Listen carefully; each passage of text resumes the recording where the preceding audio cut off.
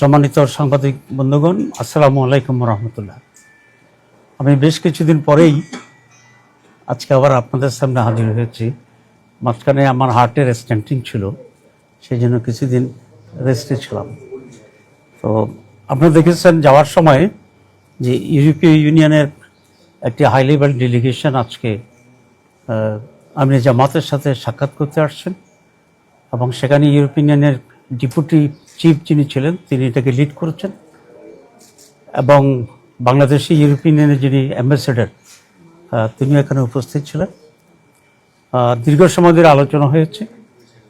আলোচনার মূল কনসেন্ট্রেশন ছিল আগামী নির্বাচন, তারপর অবজারভার পাঠানোর যে বিষয়টি, এবং একটা এগ্রিমেন্ট করা বাংলাদেশ এবং ইউরোপীয় ইউনিয়নের সাথে, রোহিঙ্গা ইস্যু, এই সব কিছু মিলেই আলোচনা হয়েছে।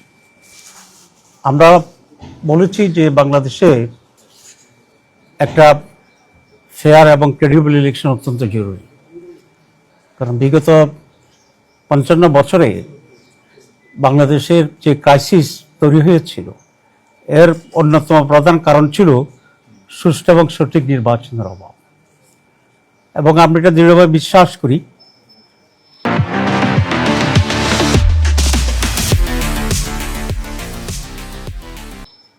এই যে স্টেলমেটটা তৈরি হয়েছে বাংলাদেশের রাজনীতির অঙ্গনে, এটার জন্য আজকে অত্যন্ত প্রয়োজন হচ্ছে আগামী একটি সুষ্ঠু এবং অবাধ নির্বাচন। যদি আগামী নির্বাচনটি অবাধ এবং সুষ্ঠু না হয়, নিরপেক্ষ না হয়, তাহলে ক্রাইসিস কিন্তু শেষ হবে না, ক্রাইসিস আবার নতুন করে তৈরি হবে এবং এটা আরও গভীরতর হবে।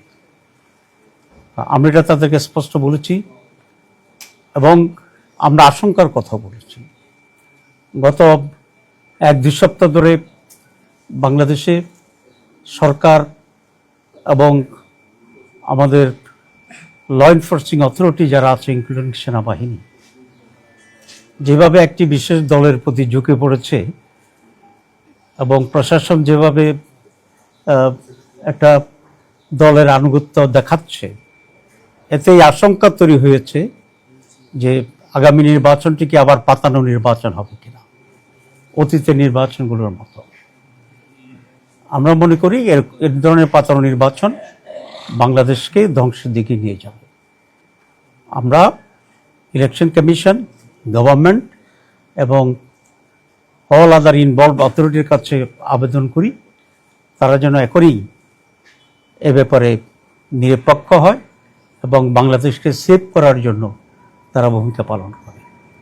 ইউরোপিয়ান বলেছে তারা হাইয়েস্ট নাম্বার অফ অবজারভার এখানে পাঠাবে, এবং বলা যায় এই নির্বাচনেই তারা বিদেশি পর্যবেক্ষক পাঠানোর জন্যে তারা এগ্রি করেছে এবং বাংলাদেশে করেছে, কারণ এর আগের নির্বাচনগুলো আসলে পার্টিসিপেটরি ছিল না।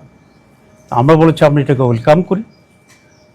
এরপর ওনারা কনসার্ন ফিল করেছেন যে রোহিঙ্গা ইস্যু কী হবে। আমরা বলেছি আমরা যদি ক্ষমতায় যাই তাহলে আমরা সম্মিলিতভাবে দেশ এবং অন্যান্য বিদেশি যে স্টেক হোল্ডার আছে সকলকে মিলেই এই রোহিঙ্গার রিপ্যাট্রিয়েশন, তাদের সিকিউরিটি এবং সেখানে একটা ডেমোক্রেটিক রাইট এস্টাবলিশ করার ক্ষেত্রে আমরা ভূমিকা পালন করব আন্তর্জাতিক উদ্যোগের মাধ্যমে ইনশাআল্লাহ। তো তারাও এটা বলেছে, রোহিঙ্গাদের আপনারা জানেন যে হাইয়েস্ট ডোনার হচ্ছে ইউরোপীয় ইউনিয়ন। তারা বলেছে এক্ষেত্রে তারা অত্যন্ত অ্যাক্টিভলি এটার সলিউশনের জন্য তারা ভূমিকা পালন করবে, এবং তারা এটা আশা করেছে যে বাংলাদেশ আগামী নির্বাচনটি সুষ্ঠু হবে। এবং জামাত ইসলামীর পক্ষ থেকে আমরা তাদেরকে আশ্বস্ত করেছি যে নির্বাচন সুষ্ঠু এবং অবাধ হওয়ার জন্যে যা কিছু করার প্রয়োজন জামাত ইসলামী সেটা করবে এবং সহযোগিতা করবে।